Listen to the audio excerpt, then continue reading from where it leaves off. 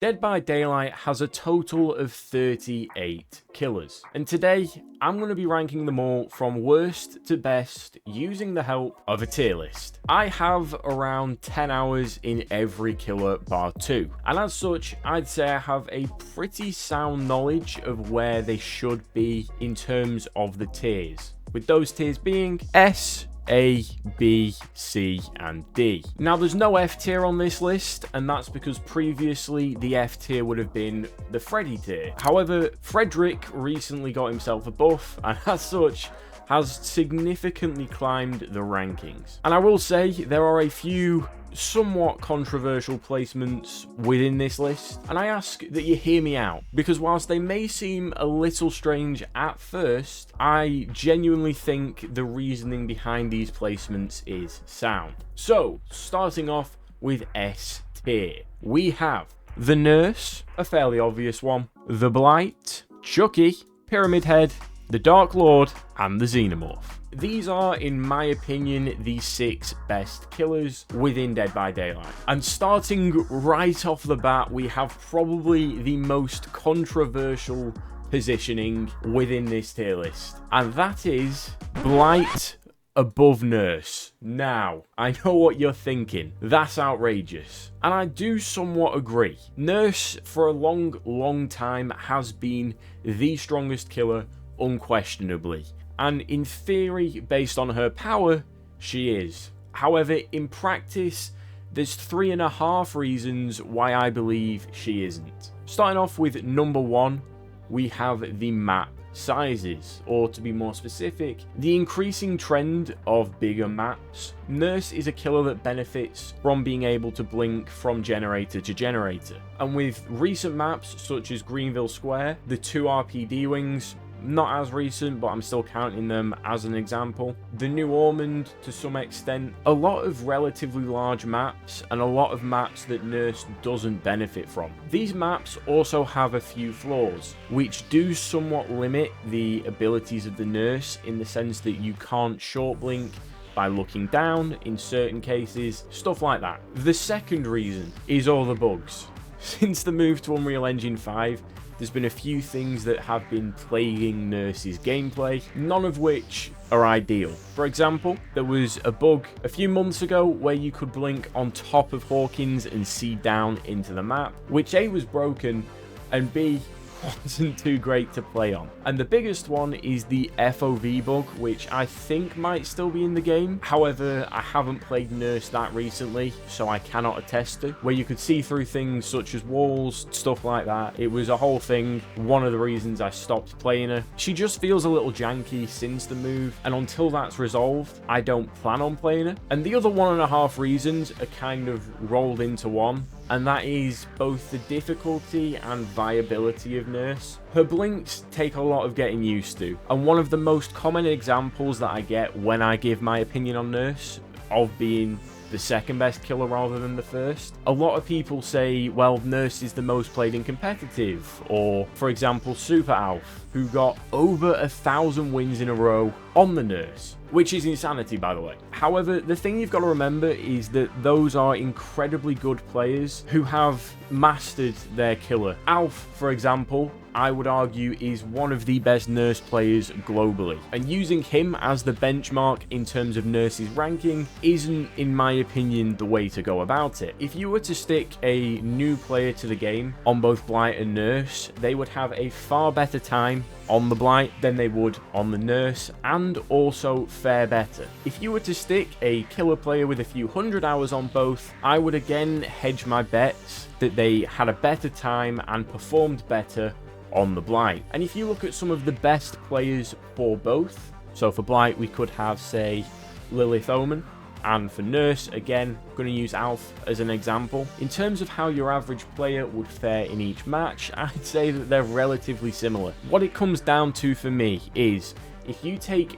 10 average Blights and 10 average Nurses, it is far easier to play against 10 average Nurses than 10 average Blights. And the argument that the exceptionally good Nurse players are better or will fare better than the best Blight players, in my opinion, isn't too valid, because equally if you took the best Chucky player or the best Dracula player or even the best Trickster player, they would probably do similarly well because of the time and skill that they have on said character. So those are the reasons that I put Blight above Nurse. I think overall on every map, Blight is somewhat viable. He does struggle on maps with a lot of objects scattered around, for example the new Midwich, but there's only a few maps where I'd say Blight struggles, whereas there's at least 5 or 10 that I'd say Nurse now struggles on. And again, not necessarily struggles for either, but fares worse than they would on an average map. Anyway, I feel like I've rambled on about those two for long enough. That is why I'm putting Nurse and Blight where they are, and I'd be more than happy to discuss this further in the comments if you still disagree with it or want to counter-argue some of my points. But now we move on to the other 4, and this is where I think it gets a little contentious. Aside from Dracula at number 3, Dracula has 3 things. He has his Hellfire ability, which is essentially Pyramid Head's Punishment of the Damned, which is fantastic. He has Wesker's ability in the form of the Wolf, and Wesker himself is a reasonably strong killer, so having that incorporated into his kit on top of his M1 and on top of his Hellfire ability would already put him into S tier in my opinion. The reason I feel like he's above the other 3 is the Bat form, which essentially gives him Spirit's power plus the ability to teleport to vault locations. So you've essentially got Spirit plus can teleport,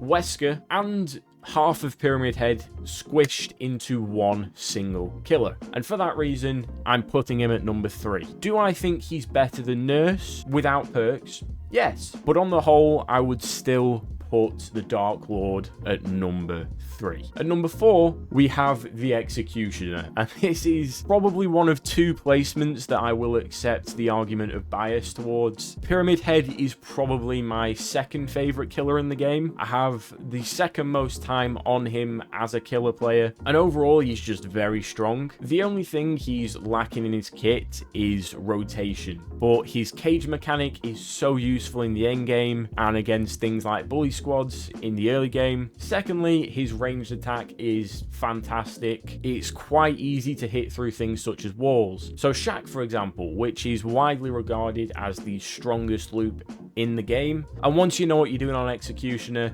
that becomes no big deal. And if you don't run add-ons or you don't run perks, Pyramid Head is one of, if not the best killer within that category, because base kit, he's fantastic. And then Chucky and the Xenomorph are going to stay exactly where they are. I've got a fair whack of time on Chucky, and the amount of stuff he's able to do with his dash attack, the one after Heidi Ho, don't quite remember what it's called, but the amount of stuff you can do with that is insane. You can use it to essentially perform a hug tech around things like rocks, cars, other loops. He's got stealth. His power can be used for rotation between generators, things like that, and it recharges relatively quickly. But his main strength is the fact that it is so hard to see him in chase. To be quite frank, the only reason you can tell he's there half the time is the footsteps and the red stain, meaning that if Chucky's undetectable, you're not in a great spot. And then Xenomorph, not a lot you can do in chase with his tail attack. The turrets half the time are very easy to get around, great rotation with his tunnels, great in chase potential, and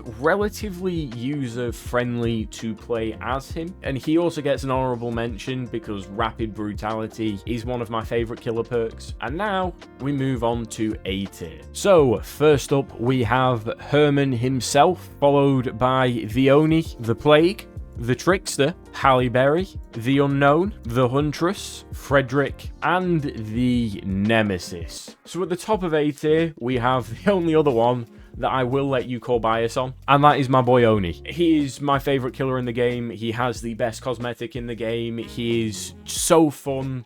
His power's phenomenal. Love everything about him. The reason I have him so high is because with his power, he has great rotation, instant down potential, great chase potential, and in terms of getting his power, it is relatively easy. And if you play him correctly, you can have your power up for the entire trial. But on the whole, Oni is an incredibly solid killer with great potential in the late game. And he is probably the only killer on this list where you can go from completely losing a match to winning a match with a 4K. Then at number 2, we have a pretty sick killer. That's right, we've got the Plague. I'm going to be honest, I hate facing Plague, as does nearly every survivor. But when a killer leaves you with the choices of A, being injured the entire match, or B, having 2 health states but being able to be downed in about 5 seconds, you have to admit, they are very strong. Great in chase, good for slowdown, because for some reason, a large number of players, when they face a Plague,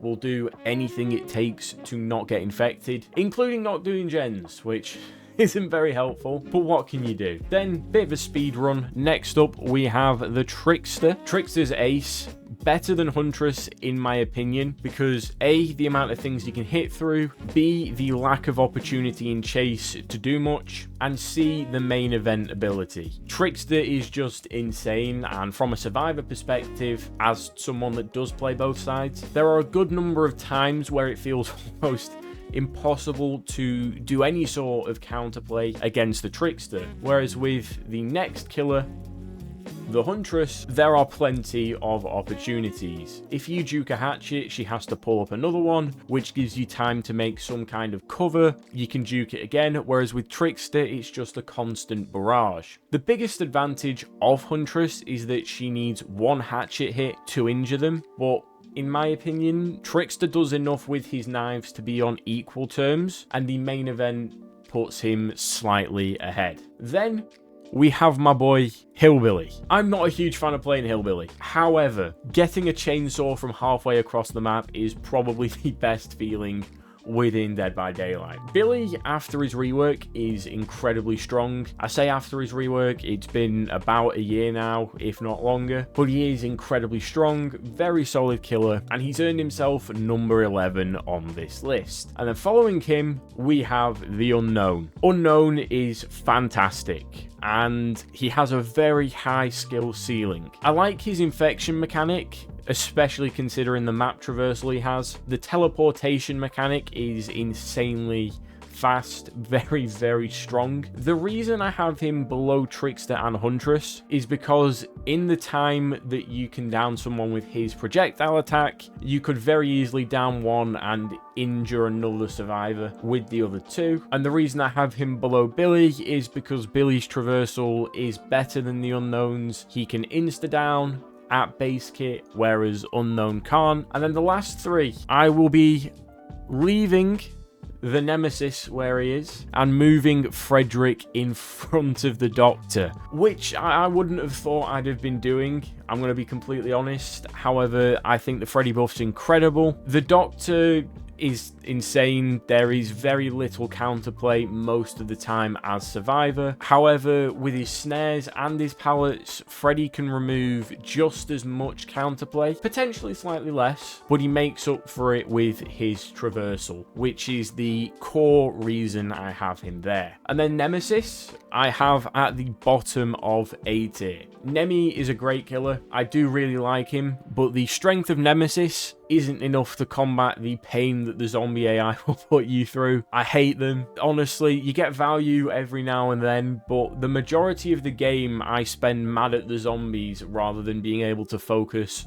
on actually playing, which is why I have him there. And then we move on to the B tier. Starting us off, we have the Onryo, followed by the Dredge, the Spirit, Vecna, the Singularity, the Death Slinger, the Twins, the artist, and Alberto Wesker. Now then, starting off at the top of B tier, we're placing Wesker. A lot of people would argue Wesker should be higher. I personally think Wesker is the middle ground and almost exactly where a killer is supposed to be. He does fairly well in all aspects of the game, but he isn't fantastic at any one certain thing. So for example, he's got decent map traversal, not as good as say Blight, only in his power, Dracula, etc. He's got good chase potential, but nowhere near as good as Trickster, Huntress, Plague. Overall, he is a very solid killer. I'm not the best Wesker, but in my opinion, he has become the sort of new standard. I think he's exactly where he should be in terms of strength, whereas everyone above him, I'd say from a survivor perspective, could do with a slight change or tweak, and everyone below him could do with not necessarily a buff, but potentially a quality of life improvement. A lot of survivors love facing Wesker, and I think it's because he is in that sweet spot of not being too broken but not being too weak, and as such he's rather fun to play both as and against. Then we have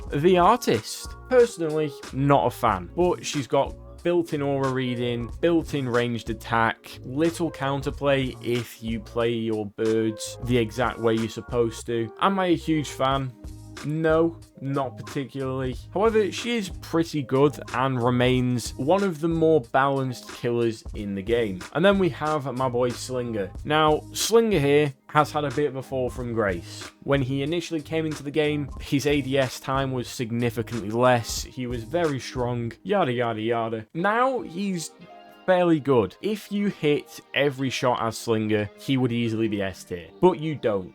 And it's relatively easy now to avoid getting hit with the Redeemer. Deep Wound's also not as beneficial as it was, especially after the recent Deep Wound state visual change. So while Slinger is still strong and finds himself fairly high in the B tier, I'd say he's about average in terms of killer strength. Then we have, already in the correct place, Sadako. Now, the Well Lady has either been towards the middle or top of the S tier, or the very bottom or near enough of D tier. Right now, I'd say she's in a fairly good spot. She's got map traversal, she's got her Mori mechanic, she's got a load of good stuff, but she's just somewhat average.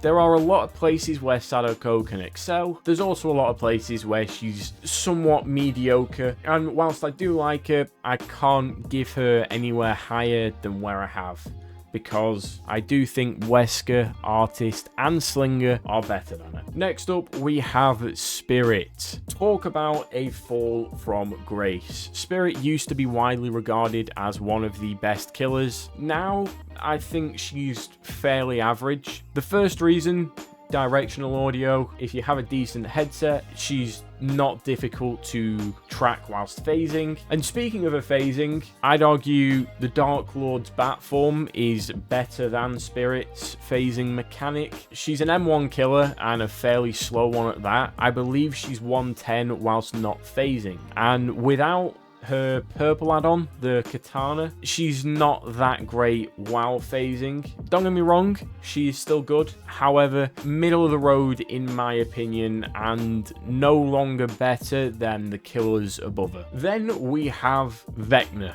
Now, Vecna, when he first came out, I would have put S tier. Now that he's been in the game for a while, he's not fantastic. He's good, he can do a little bit of everything, but there is nothing that he can do the best. And after playing against him as Survivor, there are a lot of ways around each of his kits, especially with the buffs that you get from chests. His orb is very easy to dodge, and his flight is not as good as, say, Blight's rushes, Dark Lord's bat form, Oni's dash, Freddy's TP, etc, etc. Which is why I've put him again around the middle of the pack in terms of killer strength. Then we have the Singularity. Larry is great. I really like him. I think he's what the Skull Merchant should have been, who, whilst we're here, straight into D. The worst killer in the game by far. Also one of the two killers that I have below 10 hours on. And this one's solely because I despise the Skull Merchant with every fibre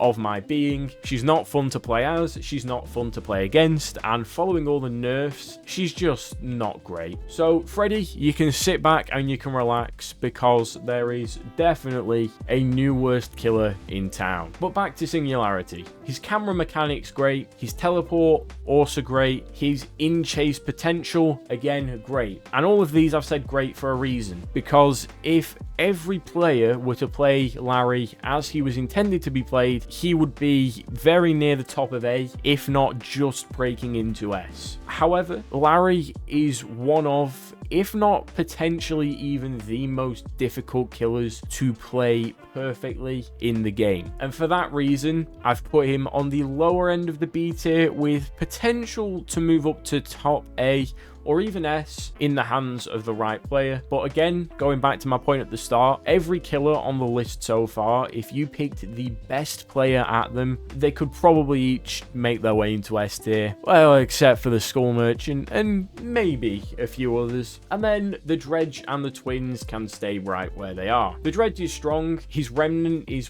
probably the best piece of kit he has in terms of counter looping, but I feel like half the Dredges I face don't know how to use it or don't use it well. Again, somewhat similar to Singularity, he does have the potential to do a lot, but in the hands of most players, unless played perfectly, is not fantastic, and you can often escape against him. And then the Twins. The Twins, in my opinion, are the best concept for a killer that they have had so far. However, they're not that great. Victor's good for movement and he's good for surprising survivors, but unless you're slugging, they're not great. And me personally, I don't like to slug, so most of the time the Twins underperform when I'm using them. And what I mean by that is once Victor's on a survivor, you are kind of encouraged to go for them, and once they're downed, you are more inclined to go for another hit with Victor than you are to pick them up immediately and hook them. For me, I feel like it's the playstyle that hinders the Twins here, but very cool concept, and again, a lot of use both in chase and out of chase, especially for patrolling the map.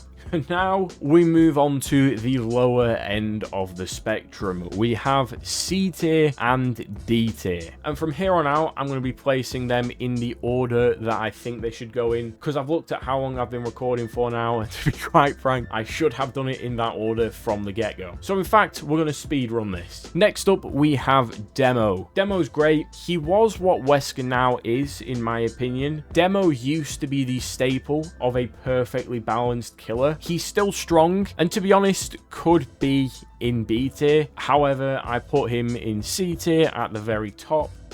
Then we have the Piggy. Pig's hats are great.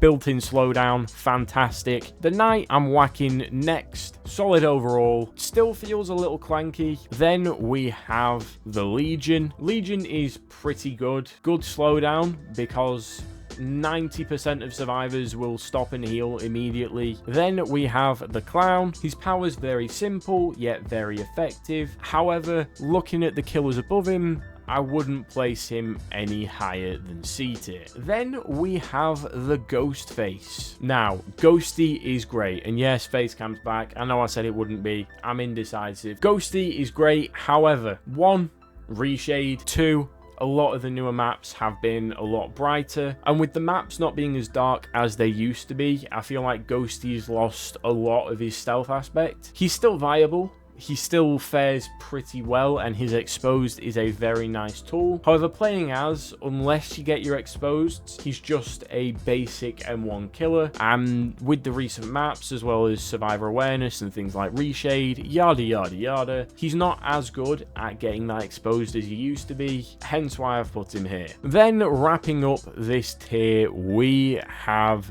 the Hag. I'm going to be honest, I hate Hag. However, her traps can be pretty good, though otherwise she is rather slow in chase, and unless you do use her traps well, is pretty redundant. Then moving on to the D tier. To start us off, we have the Cenobite. I like the Cenobite a lot. His chains don't do too much, nor does his box. And to be honest, I don't remember the last time I faced a Cenobite and we didn't have 3 or more survivors escape. Next up, we have Michael Miers. Love my boy Michael, but unless you're running iridescent add-ons with him, he's pretty terrible. Then we have Trapper. Now that he gets his speed boost after his traps, he's pretty good. He has got better chase potential than Wraith, in my opinion, disregarding add-ons. Again, I don't play with add-ons very often, and Wraith's best thing is his add-ons. If you don't use them, he is just an M1 killer that has some stealth, so in my opinion, Wraith isn't better than Trapper, though with that being said, Wraith is next on the list. Quite a lot of the time you can see him coming as long as you're paying attention. Then we have Thomas Brown Hewitt, or Bubba Sawyer, whatever you want to call him. He is the second worst killer in the game at current. He's just so easy to loop. And then we have the final killer, the Houndmaster. Now, I haven't actually played the Houndmaster yet, not a single game, but I have played a few games against her as Survivor. As such, I won't be placing her within this list yet, but I will give a general position of where I think she'll be, and that is somewhere around Vecna. The dog's AI is pretty bad. However, if you get bit by the dog, there's not a lot you can do. She gives deep wound quite frequently. She can use it to scout and kind of gets decent map awareness. She's not the best killer by any means, but she's also certainly not the worst. I'd say she's somewhere around average, probably slightly below. So I would probably put her somewhere around these 4. But on the whole, Houndmaster's pretty alright. So there we have it, my final Dead by Daylight tier list. I am very happy with my top 6. I think the A tier looks pretty good. There's a few that you could maybe interchange, but on the whole, again, I think it's decent. Same with the B tier, same with the C tier, and then the D tier, to be perfectly honest, I feel like you could interchange most of the, minus Skull Merchant and Bubba. Those two can stay where they are. I would happily hear an argument for Wraith being above Trapper or Wraith being above Myers, and equally, I would happily hear arguments for Myers being above Pinhead. I don't feel like any of them are particularly stronger, but from my experiences, I do believe that on average, Pinhead is going to perform better, play better, and is stronger than the others. But again, would happily hear arguments for or against any of those 4 being interchanged. So this is the tier list. I will apologize if I did ramble slightly in this video. Slightly maybe understatement of the century. I don't know yet. I'll have to wait and see. But that is my thoughts on where every killer in the game should be placed in terms of how good they are, with the best killer in the game being Blight and the worst being Skull Merchant. Now, the only other thing I will say is that I too used to be a staunch believer in Nurse being the number 1, and my fastest game ever, which was about 2 minutes, 3 minutes, was with Nurse. However, that was due to a diabolical build, which was when Nurse was able to use Starstruck. Now that she can't, and her second attack isn't classed as a basic attack, I feel like a lot of perks that made her as strong as she was no longer are really that fantastic, and that also somewhat contributes to her ranking, but not as much as the other stuff. And with that, for the 3rd or 4th time, or however many times I've said it, that is my DVD killer tier list. So thank you for watching, folks, and I will catch you in the next one. Goodbye.